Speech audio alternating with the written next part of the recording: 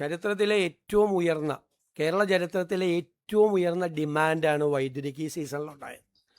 കനത്ത മഴക്കുറവ്, El Nino പ്രകാരമുള്ള കനത്ത മഴക്കുറവ്, അണക്കെട്ടുകളിലെ ജലശേഖരത്തിൻ്റെ വലിയ ഇടിവ്, ജലവൈദ്യുത ഉൽപ്പാദനത്തിൽ ഹൈഡൽ പവർ ഉൽപ്പാദനത്തിലുണ്ടായ 80% കുറവ്, ദേശീയ വൈദ്യുതി വിപണിയിൽ ആവശ്യത്തിന് വൈദ്യുതി ലഭ്യമാകാതിരുന്ന പ്രശ്നം, ഗുരുതരമായ പ്രശ്നങ്ങളാണ് ഉണ്ടായത്.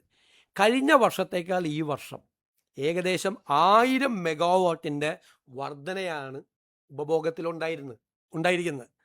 അതേ സമയത്ത് മഴയില്ലാത്തത് കൊണ്ടുള്ള ജലവൈദ്യുത ഉൽപ്പാദനം താഴോട്ട് പോയി, ഗൗരവമായി താഴോട്ട് പോയി. 2055-56% മഴക്കുറവുണ്ടായി. ജലനിരപ്പ് ഗണ്യമായി കുറഞ്ഞു.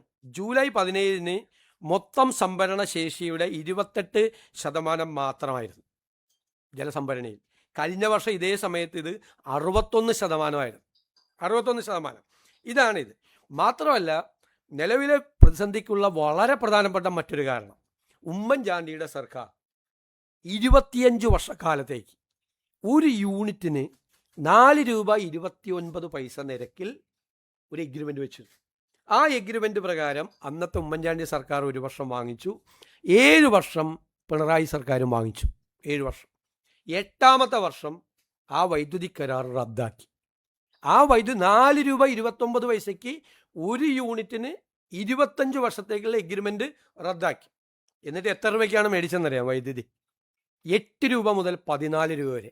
4 രൂപ 29 പൈസയുടെ റദ്ദാക്കിയിട്ട് മാസങ്ങളോളം, വർഷങ്ങളോളം വൈദ്യുതി ബോർഡ് വലിയ സാമ്പത്തിക പ്രതിസന്ധിയിലേക്ക് കൂടി പോയി. ഡെയിലി 20-30 കോടി രൂപ അഡീഷണൽ ആകുന്ന സ്ഥിതിയിലേക്ക് വന്നു. ആ എഗ്രിമെൻ്റ് ഇപ്പം നിലവിലില്ല.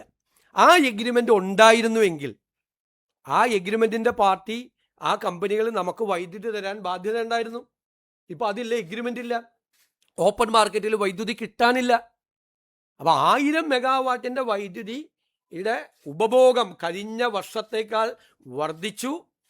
ഹൈഡൽ പവർ ജലവൈദ്യുത ഉൽപ്പാദനം ഗണ്യമായി കുറഞ്ഞു. കഴിഞ്ഞ പ്രാവശ്യം ജലശേഖരം 61% ഉണ്ടായിരുന്നത് 28% കുറഞ്ഞു. മഴയുടെ കുറവ്, എൽ നിനോ പ്രതിഭാസം ഇപ്രാവശ്യം നിങ്ങൾക്കറിയാലോ, മൊത്തം മഴയുടെ ഇതിൽ ഭയങ്കരമായി കുറവ് വന്നു. പിന്നെ ഉമ്മൻചാണ്ടിയുടെ കാലത്തെ എഗ്രിമെൻ്റ് കഴിഞ്ഞ ഗവൺമെൻറ് റദ്ദാക്കിയത് കൊണ്ടുള്ള ഇമ്പാക്റ്റ്.